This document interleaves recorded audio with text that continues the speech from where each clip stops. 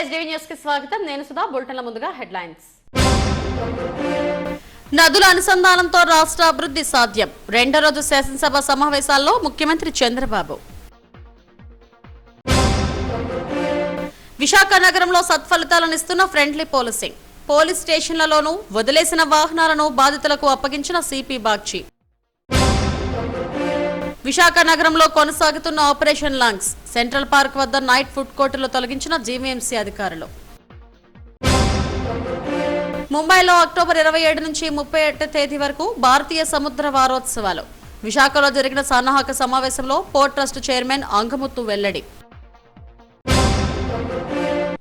Assembly రెండో రోజు సమావేశాల్లో నీటిపారుదల రంగంపై ప్రభుత్వం చర్చ చేపట్టింది.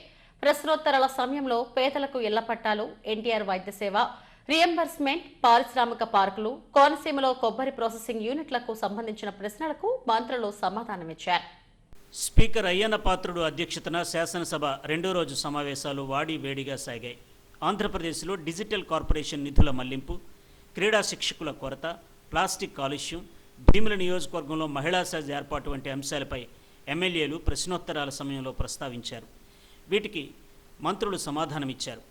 ప్లాస్టిక్ నిషేధంపై డిప్యూటీ సీఎం పవన్ కళ్యాణ్ సమాధానమిచ్చారు. ప్లాస్టిక్ నియంత్రణ అందరి బాధ్యతని పవన్ వ్యాఖ్యానించారు. వీటిపై నిషేధం ఉన్నప్పటికీ క్షేత్రస్థాయిలో సరిగా అమలు కావడం లేదన్నారు. గుంటూరు పశ్చిమ ఎమ్మెల్యే గల్లా మాధవి అడిగిన ప్రశ్నకు పవన్ సమాధానమిచ్చారు. బయోడిగ్రేడబుల్ ఫ్లెక్సీలు ఏర్పాటు చేయాలని అన్నారు. మనుషుల రక్తంలో, జంతువుల పాలల్లో ప్లాస్టిక్ అవశేషాలు ఉండడం పరిస్థితి తీవ్రతను తెలియజేస్తుందని చెప్పారు. ఆవుల కడుపుల్లో సుమారు 70 కిలోల ప్లాస్టిక్ తొలగించిన ఘటనలు నమోదయ్యాయని అన్నారు. తిరుమల వంటి పుణ్యక్షేత్రాల్లో ప్లాస్టిక్ ప్రత్యామ్నాయంగా గాజు సీసాలను వాడాలని సూచించారు. దీన్ని అందరూ సద్వినియోగం చేసుకోవాలి. కానీ దీన్ని ప్రజలు కీలకమైన భాగస్వామ్యం ప్రజల్లోనే ఉంది. అలాగే ప్రత్యేక ప్రోత్సాహాలు విస్తృతంగా అమలు చేయడం ద్వారా పారిశ్రామిక వర్గాలను ఆకర్షించాలి. అప్పుడు ప్రజల ఆలోచన విధానం కూడా మార్పు అవసరం. ముందుగా మనకి యాజ్ ఎమ్మెల్యేస్గా కానీ గౌరవ ప్రతినిధులుగా కానీ ఇది మనందరం ఒకసారి మీ దృష్టి ద్వారా అందరికీ గౌరవ సభ్యులందరూ తెలియజేస్తాం. అధ్యక్ష, ఇక్కడ మనం సచివాలయం, ఇక్కడ అసెంబ్లీలో కానీ ఇక్కడ ప్లాస్టిక్ ని వాడటం నిషేధించడం అయింది. ముఖ్యంగా మేజర్ ప్రాబ్లం ఎక్కడ వస్తుంటే ఫ్లెక్సీల ద్వారా వస్తుంది. ఫ్లెక్సీలు ఎలా ఉన్నాయంటే ఒక చిన్నపాటి ఫంక్షన్ వస్తే ప్లస్ ఫ్లెక్సీలు, ఇంకోటి పండగ అంటే ఇది ముఖ్యంగా పొలిటికల్ ఫంక్షన్స్ ఆర్ సినిమా. దీనివల్ల ఏమైపోతుంటే అవి ముక్కలు ముక్కలుగా విడిపోయి పశువులు తినేస్తూ ఉన్నాయి, లేదంటే వాటర్లో జలాల్లోకి వెళ్ళిపోతున్నాయి. ఇది ఒక పెద్ద ఇష్యూ అయిపోయింది. అందుకని మీ ద్వారా గౌరవ శాసనసభ్యులు కూడా ముందు గౌరవ ప్రజాప్రతినిధులు కనుక నిజంగా కొంత పాటించగలిగితే, అంటే ఫ్లెక్సీలు కూడా బయోడిగ్రేడబుల్, ఒకసారి ఫ్లెక్సీల్ని గత ప్రభుత్వం కూడా బ్యాన్ చేయడానికి ప్రయత్నం చేస్తుంది. అది ఒక ఎంప్లాయ్మెంట్ ఇష్యూ అవుతుంది. చాలా మంది దాని మీద ఆధారపడిన వ్యక్తులు ఉన్నారు. అందుకని బయోడిగ్రేడబుల్ ఫ్లెక్సీస్ని ఎలా తయారు చేయాలని కూడా ఒక అఫీషియల్స్ కూర్చొని దాని మీద ఒక చర్చ జరుగుతుంది.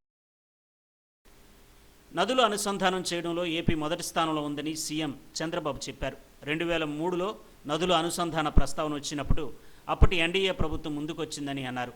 2004 ఎన్నికల్లో ఎన్డీఏ ప్రభుత్వం ఓడిపోవడంతో చర్యలు తీసుకోలేదని తెలిపారు. మళ్ళీ తాజాగా ప్రధాని మోడీ బాధ్యతలు చేపట్టిన తర్వాత నదుల అనుసంధానానికి చొరవ చూపామని అన్నారు. రాష్ట్రాల మధ్య ఇంటర్లింకింగ్ రివర్స్ చేస్తే ఆ తరువాత గంగా, కావేరీ నదులను అనుసంధానం చేస్తామని ప్రధాని మోడీ హామీ ఇచ్చినట్టు చంద్రబాబు వెల్లడించారు. నేను ఎప్పుడూ ఒకటి చెప్పేవాడిని ఆనాటి ప్రధానమంత్రి వాజ్పేయి గారికి.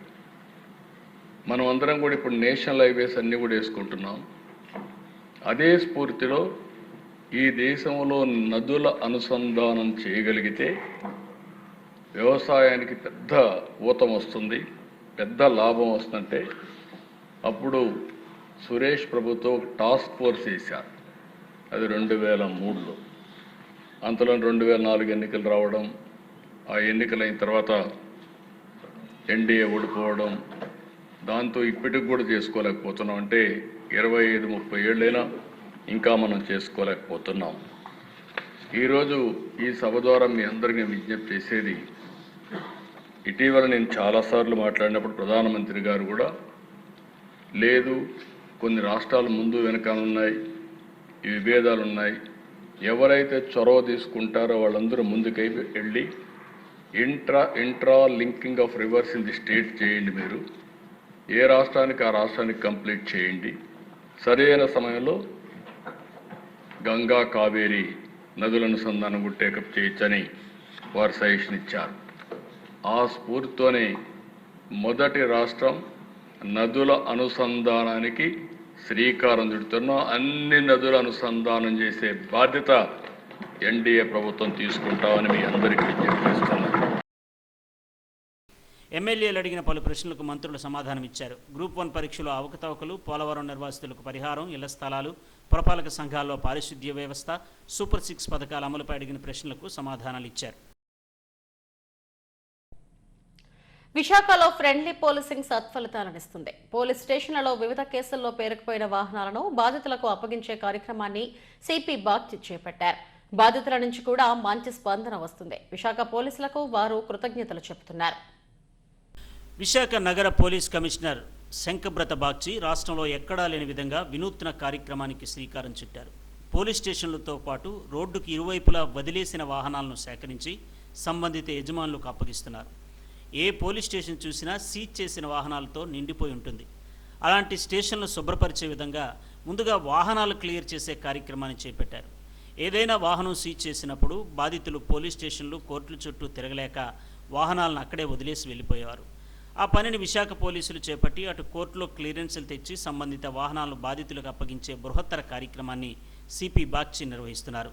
ఇలా ఈ ఏడాది ఫిబ్రవరిలో 158, రెండో దశలో 320, సెప్టెంబర్లో 346 వాహనాలను బాధితులకు అప్పగించారు. తాజాగా శుక్రవారం పోలీస్ బ్యారక్స్ గ్రౌండ్స్లో 46 వాహనాలను బాధితులకు సిపి అప్పగించారు. తమకు బ్రతుతెరువుగా ఉన్న వాహనాలను అప్పగించడం తమకెంతో ఆనందాన్ని ఇస్తుందని బాధితులు హర్షం వ్యక్తం చేశారు. పోలీసులకు సిపికి ధన్యవాదాలు తెలిపారు. సార్ మేము ఈ బండి లేక చాలా ఇబ్బంది పడుతున్నాం. 4 నెలలు బట్టి మేము ఇక్కడే ఉండిపోయింది సార్. బండి మమ్మల్ని పిలిచి ఇచ్చినందుకు చాలా థ్యాంక్స్ సార్. బండి చాలా రుణపడి ఉన్నాం సార్. ఈయనకి మేము చాలా ఇబ్బందులు పడుతున్నాం సార్. ఈ బండి లేక మాకు రోజు జీవనాధారం ఇదే సార్. మాకు ఈ రోజు బండి ఇచ్చినందుకు చాలా సంతోషిస్తున్నాం సార్. యొక్క వాహనాన్ని అందజేసినందుకు సిపి గారికి మరీ ధన్యవాదాలు కోరుకుంటున్నాను సార్. నా బతుకంతా నా బండి మీద అనుకున్నాను, అన్నాళ్ళ కానించే ఉండిపోయింది సార్. మళ్ళీ అతని తరపున నా బండి బయటకు వచ్చినందుకు చాలా పోలీసులందరికీ కూడా నా ధన్యవాదాలు కోరుకుంటున్నాను sir. Thank you very much sir all police ఆఫీసర్స్కి. విశాఖలో ఫ్రెండ్లీ పోలీసింగ్ విధానం ఎంతో సత్ఫలితాలనిస్తుందని సిపి బాగ్చి చెప్పారు. నగరాన్ని క్లీన్ సిటీగా చేసేందుకు తాము ప్రయత్నం చేస్తున్నామని వెల్లడించారు. ముందుగా పోలీస్ స్టేషన్లో పేరుకుపోయిన వాహనాలను, బాధితులు వదిలేసిన వాహనాలను కూడా సేకరించి వారికి అప్పగిస్తున్నట్టు చెప్పారు. అంటే ఏదో ఒక నేరంలో యూజ్ చేసిన వెహికల్ బండి, ఇంకొకటి అబండన్ వెహికల్ ఉంటాయి. అబండన్ అంటే చాలా రోజుల నుండి ఒక చోట ఒక వెహికల్ కనిపిస్తూనే ఉంది, ఎవరు తీసుకెళ్ళట్లేదు, పోలీసు వాళ్ళకు ఇన్ఫర్మేషన్ వస్తుంది, పోలీస్ అది తీసుకెళ్తారు. ఇంకా ఆఫెన్సెస్, ట్రాఫిక్ వయలేషన్స్, అక్కడ కూడా కొన్ని వెహికల్స్ సీజ్ చేయడం జరుగుతుంది. ఈ వెహికల్స్ ఎక్కువ రోజులు మన దగ్గర ఉండడం వల్ల పాడైపోతుంది. సో మేము మన వైజాగ్ సిటీలో ఎక్కడ లేని విధంగా కోర్ట్ పర్మిషన్ తీసుకొని ఆ వెహికల్ రైట్ఫుల్ ఓనర్ ఎవడు ట్రేస్ చేసుకొని వాళ్లకు అప్పచెప్పడానికి ప్రయత్నం స్టార్ట్ చేశాము. లాస్ట్ ఇయర్ నుండి ప్రయత్నం స్టార్ట్ చేస్తే ఫస్ట్ ప్రోగ్రామ్ ఫిబ్రవరిలో చేసాము. 158. నెక్స్ట్ ప్రోగ్రామ్ సెకండ్ విడత మంత్ ఏప్రిల్లో 320. ఇప్పుడు సెప్టెంబర్లో 346 అండి, 346. So highest record breaking feet. ముఖ్యంగా ట్రాఫిక్ వెహికల్స్ వచ్చాయి. So traffic ADCB, traffic ACP, traffic officers and main అందరికీ అభినందనాలు. అదే మాదిరిగా ఈ ప్రోగ్రామ్ లాస్ట్ 2 times ఏర్పాటు చేసిన పీసీఆర్ ఇన్స్పెక్టర్, ఇప్పుడు గాజువాక ట్రాఫిక్ ఇన్స్పెక్టర్ షేక్ హుసేన్, తర్వాత ప్రస్తుతం పీసీఆర్ ఇన్స్పెక్టర్గా పనిచేస్తున్న భాస్కర్ రావు అండ్ వాళ్ళ సిబ్బంది అందరికీ అభినందనలు తెలియజేస్తున్నా. ఈ కార్యక్రమంలో సిటీ ట్రాఫిక్ పోలీసులతో పాటు క్రైమ్ పోలీసులు కూడా ముఖ్య పాత్ర పోషిస్తున్నారు. బాధితుల తరపున కోర్టుకెళ్లి ఎన్ఓసీలు తెస్తూ ఆ వాహనాలను వారికి అప్పగించే బాధ్యతను తీసుకుంటున్నారు. ఈ సందర్భంగా పోలీస్ సిబ్బందిని కూడా సిపి అభినందించారు. మహావిశాఖ నగరపాలక సంస్థ ఆపరేషన్ లంగ్స్ పేరుతో విస్తృత కార్యాచరణ చేపట్టింది. ఆక్రమణదారులపై విరుచుకుపడుతుంది. నగర వ్యాప్తంగా ఫుట్పాత్లపై ఉన్న బడ్డీల తొలగింపు కార్యక్రమం పెద్ద ఎత్తున జరుగుతుంది. జీవీఎంసీ కమిషనర్ కేతన్ గార్గ్ ఆదేశాల మేరకు chief city planar Prabhakar Rao ఈ ఆపరేషన్ లంగ్స్ కార్యక్రమాన్ని చేపట్టారు. అక్కయ్యపాలెంలోని రైతు బజారుకు ఇరువైపులా ఉన్న ఫుట్పాత్ వ్యాపారులను, ఆక్రమణదారులను తొలగించారు. తాజాగా విశాఖ సెంట్రల్ పార్క్ చుట్టుప్రక్కల ఉన్న ఫుడ్ కోర్టును తొలగించే కార్యక్రమాన్ని పెద్ద ఎత్తున చేపట్టారు. ఈ తొలగింపు సందర్భంగా కొంత ఉద్రిక్తత నెలకొంది. ఉమెన్స్ కాలేజీ వైపు ఉన్న నైట్ ఫుడ్ కోర్టులో ఉన్న బడ్డీలను తొలగించేందుకు జీవీఎంసీ అధికారులు సిద్ధమయ్యారు. దీంతో ఫుడ్ కోర్ట్ నిర్వాహకులు పెద్ద ఎత్తున ప్రతిఘటించేందుకు ప్రయత్నించారు. ప్రొక్లైనర్లు, లారీలు తీసుకొచ్చి ఫుడ్ కోర్టులో ఉన్న బడ్డీలను లారీలపై ఎక్కించి తొలగింపు ప్రక్రియ చేపట్టారు. మధ్యాహ్నం వరకు నిర్వాహకులు అడ్డుకున్నప్పటికీ ఆ తరువాత బడ్డీలను లారీలకు ఎక్కించారు. జోన్ 1లోని తగరపొలస నుండి జోన్ 8 వరకు మొత్తం 524 ఆక్రమణలను తొలగించినట్టు అధికారులు తెలిపారు. ఈ ఆపరేషన్ లంగ్స్ కార్యక్రమానికి జీవీఎంసీ అధికారులు ముందుగానే కార్యాచరణ రూపొందించారు. దాని ప్రకారం జోన్ 1లో 20 ఆక్రమణలు, జోన్ 2లో 31, జోన్ 3లో 42, జోన్ 4లో 60, జోన్ 5లో 6, జోన్ 6లో 33, జోన్ 7లో 42, జోన్ 8లో 45 మొత్తం 524 ఆక్రమణలు తొలగించి ప్రజల రాకపోకలకు ఇబ్బంది లేకుండా చేసినట్టు జీవీఎంసీ అధికారులు చెప్పారు.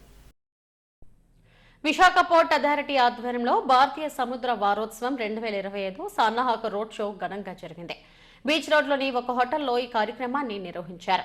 అక్టోబర్ 27 నుంచి 31వ తేదీ వరకు ముంబైలో జరగబోయే మహోత్సవానికి ప్రత్యేక ఆహ్వానాలను అందజేశారు. ప్రపంచంలోని 100కు పైగా దేశాల నుంచి ప్రతినిధులు పాల్గొంటున్నారని పోర్ట్ ట్రస్ట్ చైర్మన్ అంగముత్తు చెప్పారు. ప్రపంచంలోనే అతిపెద్ద సముద్ర సమావేశాల్లో ఒకటిగా ఈ సదస్సు నిలుస్తుందని ఆయన వెల్లడించారు. ఇటీవల పార్లమెంట్లో ఆమోదించిన 5 చట్టాలు సముద్ర రంగాన్ని పూర్తిగా మార్చేస్తున్నాయని పోర్టు డైరెక్టర్ మృత్యుంజయ జూ తెలిపారు.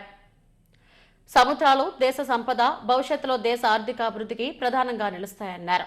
స్టేక్ హోల్డర్స్ అందరూ కలిసికట్టుగా పనిచేయాలని central GST principal commissioner N Sridhar తెలిపారు. ప్రధానమంత్రి అమృత్ కాల్ 2047 విజన్తో అనుసంధానం చేస్తూ ఈ కార్యక్రమాన్ని నిర్వహిస్తున్నట్టు వివరించారు. ఈ కార్యక్రమంలో డిప్యూటీ చైర్మన్ దుర్గేష్ కుమార్, కార్యదర్శి వేణుగోపాల్ తదితరులు పాల్గొన్నారు. మ్యారిటైమ్ వీక్ కూడా ఆయనే ఇప్పుడు సారథ్యం చేయబోతున్నారు. ఎందుకంటే ఆయన ముంబై పోర్టుకు కూడా ఆయన చైర్మన్గా పోబోతున్నారు. సో ఈ 2 విషయాలకి ఆయనకి శుభాకాంక్షలు.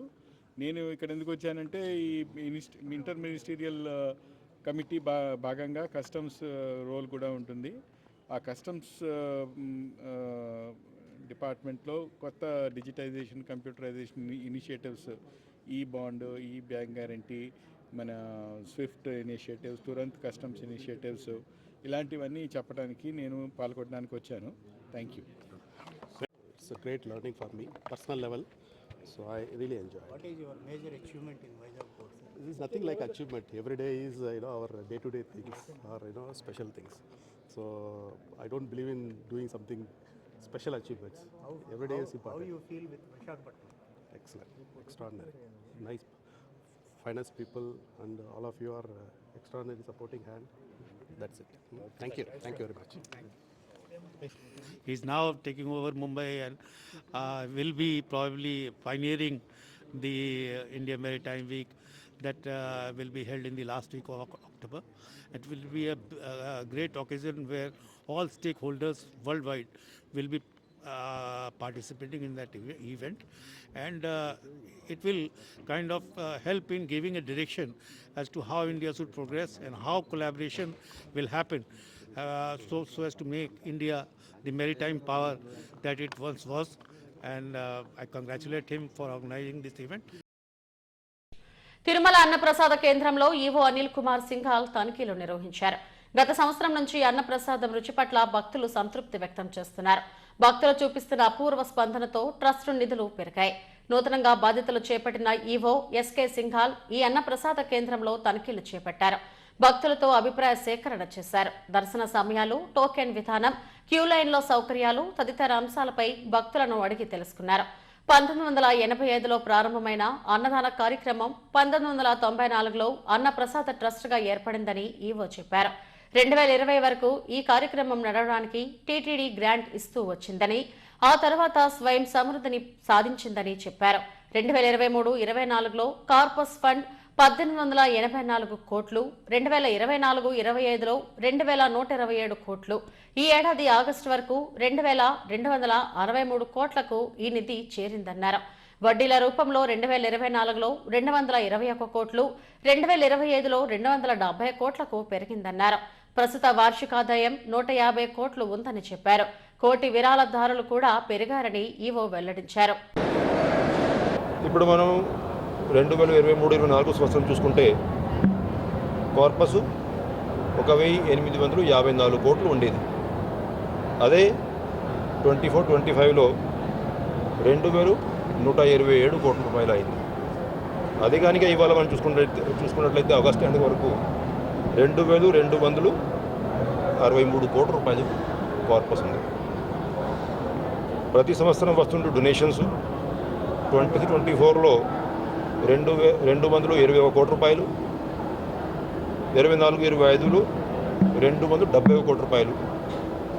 అదేవిధంగా ఈ ఫస్ట్ 5 నెలలోనే ఆగస్టు వరకు 150 కోట్ల రూపాయలు భక్తులందరూ కూడా ఈ ట్రస్ట్కి విరాళాలు ఇచ్చారు. మనకి వస్తున్నటువంటి అంటే దాదాపు యావరేజ్గా మనం 2 లక్షల మందికి ఏదో ఒక మీలు, టిఫిను, మీల్స్, క్యూ కాంప్లెక్స్లో ఇస్తున్నటువంటి మీల్స్ ఇవన్నీ చూసుకున్నట్లయితే ఫుడ్ ప్యాకెట్స్ ఇవన్నీ దాదాపు యావరేజ్గా 1,90,000 నుంచి 2,10,000 మంది వరకు మనం అంటే మీల్స్ కౌంట్ చేసుకున్నట్లయితే ఇవన్నీ ఈ అన్నదానం ట్రస్ట్ ద్వారా ఇవ్వడం జరుగుతుంది. ఇవన్నింటి మీద దాదాపు అయ్యే ఖర్చు సంవత్సరానికి 150 కోట్ల రూపాయలు. కాబట్టి మనకి ఉన్నటువంటి ఇంట్రెస్ట్ ఇన్కమ్ ఇప్పుడు అయ్యేటువంటి ఖర్చు కంటే కూడా పెరిగింది. ఇటువంటి స్పందన భక్తుల నుంచి ఈ ట్రస్ట్కి విరాళాల కోసం వస్తూ ఉంది. ఈవెన్ కోటి రూపాయలు పైన ఇస్తున్న డొనేషన్స్ కూడా పెరుగుతూ ఉన్నాయి. 23-24లో దాదాపు 14 మంది కోటి రూపాయలు పైన డొనేషన్స్ ఇస్తే లాస్ట్ ఇయర్ 25 మంది ఇచ్చారు. ఈ సంవత్సరం ఈ 5 నెలలోనే 14 మంది ఇప్పటికీ కోటి రూపాయలు పైన డొనేషన్స్ ఇవ్వడం జరిగింది. గ్రీన్ ఏపీ నినాదంతో ప్రతి ఒక్కరూ మొక్కలు నాటాలని జిల్లా కలెక్టర్ హరీంద్ర ప్రసాద్ పిలుపునిచ్చారు. కలెక్టరేట్లో స్వచ్ఛాంధ్ర స్వర్ణాంధ్ర కార్యక్రమాలకు సంబంధించిన అంశాలపై అధికారులతో సమీక్షించారు. సెప్టెంబర్ నెల 3వ శనివారం జిల్లాలో చేపట్టాల్సిన కార్యక్రమాల షెడ్యూల్పై ఆయన అధికారులకు దిశానిర్దేశం చేశారు. ప్రతి కార్యాలయంలో క్లీన్ అండ్ గ్రీన్ కార్యక్రమాలు ఉత్సాహంగా చేపట్టాలని, ఇందులో అందరూ భాగస్వాములు కావాలని సూచించారు. ఆయా కార్యాలయాల పరిధిలోని ఖాళీ స్థలాల్లో మొక్కలు నాటాలని, పచ్చదనాన్ని పెంపొందించేందుకు చర్యలు తీసుకోవాలని చెప్పారు. అటవీశాఖ అధికారులు మొక్కలు అందజేయాలని ఆదేశించారు. ఈ సందర్భంగా స్వచ్ఛతా హీ సేవ 2025 కార్యక్రమంలో భాగంగా రూపొందించిన పోస్టర్ను కలెక్టర్ ఆవిష్కరించారు. అక్టోబర్ 2వ తేదీ వరకు స్వచ్ఛతోవ కార్యక్రమాలు జరుగుతాయని వెల్లడించారు. ఈ సమావేశంలో GVMC commissioner Ketan Garg, DRO Bhavanishankar, ZC CEO Narayanamurthy తదితరులు పాల్గొన్నారు.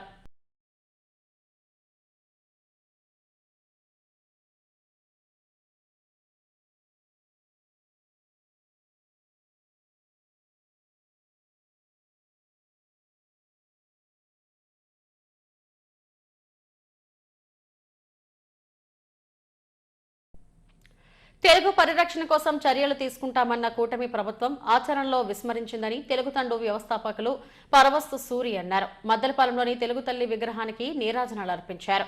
ఇక్కడి నుంచే ప్రజా ఉద్యమాన్ని ప్రారంభిస్తున్నట్టు ప్రకటించారు. అమరావతి వెళ్లి అసెంబ్లీ వద్దే గాంధేయ మార్గంలో నిరసనల ద్వారా పాలకుల మనసుల్లో మార్పు తీసుకురావడానికి కృషి చేస్తానన్నారు. ఈ ఉద్యమంలో అందరూ కలిసి ముందుకు సాగాలని ఆయన పిలుపునిచ్చారు.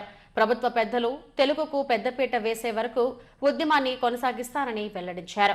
ఈ కార్యక్రమంలో సాహితీవేత్తలు చిన్న సూర్యనారాయణ, కేవీఎస్ మూర్తి, అడప రామకృష్ణ, ఆచార్య సూరప్పుడు తదితరులు పాల్గొన్నారు.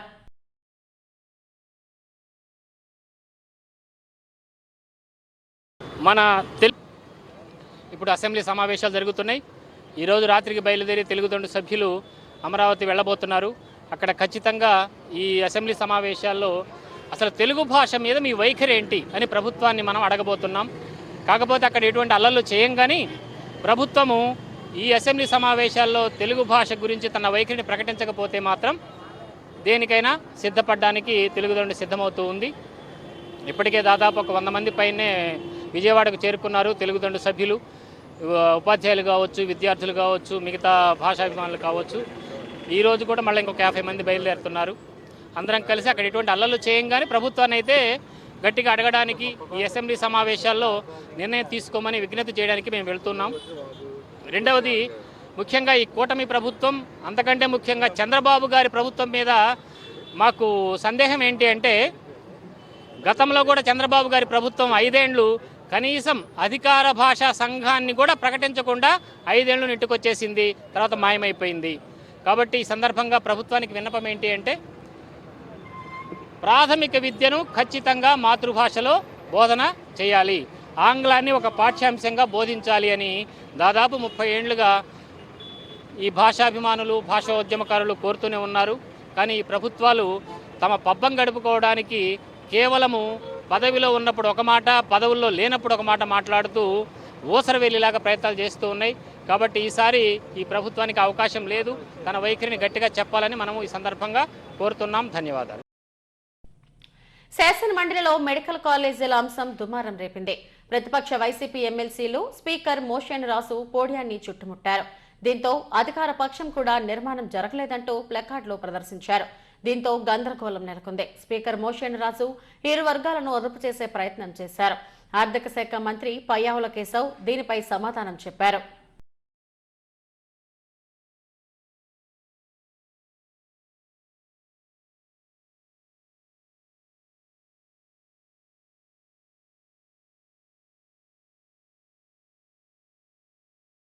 విద్యార్థులు ప్రపంచ పోటీలో నిలవాలంటే ఏఐ ఆధారిత విద్య తప్పనిసరి అని విశాఖ ఎంపీ ఎం శ్రీభరత్ అన్నారు.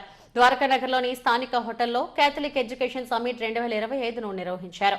గ్లోబల్ ఎడ్యుకేషన్ ట్రెండ్స్, భవిష్యత్ విద్యా విధానాలు, ఏఐ సవాళ్లను అంశాలపై నిపుణులు చర్చించారు. ఎంపీ ముఖ్య అతిథిగా పాల్గొన్నారు. ఈ కార్యక్రమంలో విద్యారంగ నిపుణులు కేబీ ప్రవీణ్ రాజు, నిశాంత్ రెడ్డి, ఫాదర్ అపూస్ Bharat, father Jonnada John Prakash, father Duggampudi Balasouri తదితరులు పాల్గొన్నారు.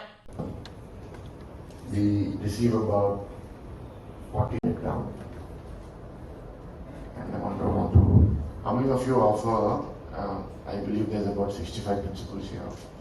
How many of you offer 11th and 12th or intermediate education in your school? That's all. 7. That's unfortunate. Under 10% of the people are offering 11th and 12th. So at some point in my talk, if there's a mic in the audience, pending లో ఉన్న తమ సమస్యలు పరిష్కరించాలని demand చేస్తూ EPDCL కార్యాలయం వద్ద విద్యుత్ ఉద్యోగులు జేఏసీ ఆధ్వర్యంలో రిలే నిరాహార దీక్షలు ప్రారంభించారు. 1999 నుంచి 2005 మధ్య రిక్రూట్ అయిన వారికి జీపీఎల్ పద్ధతిని అమలు చేయాలని జేఏసీ ప్రతినిధులు డిమాండ్ చేశారు. దాంతో పాటు పదోన్నతులు, మెడికల్ పోలీసులు పూర్తి స్థాయిలో అమలు చేయాలని, అవుట్సోర్సింగ్ ఉద్యోగులకు సమాన పనికి సమాన వేతనాలు ఇవ్వాలన్నారు. 15 నుంచి 20 ఏళ్లుగా పనిచేస్తున్న అవుట్సోర్సింగ్ ఉద్యోగులను రెగ్యులర్ చేయాలని కోరారు.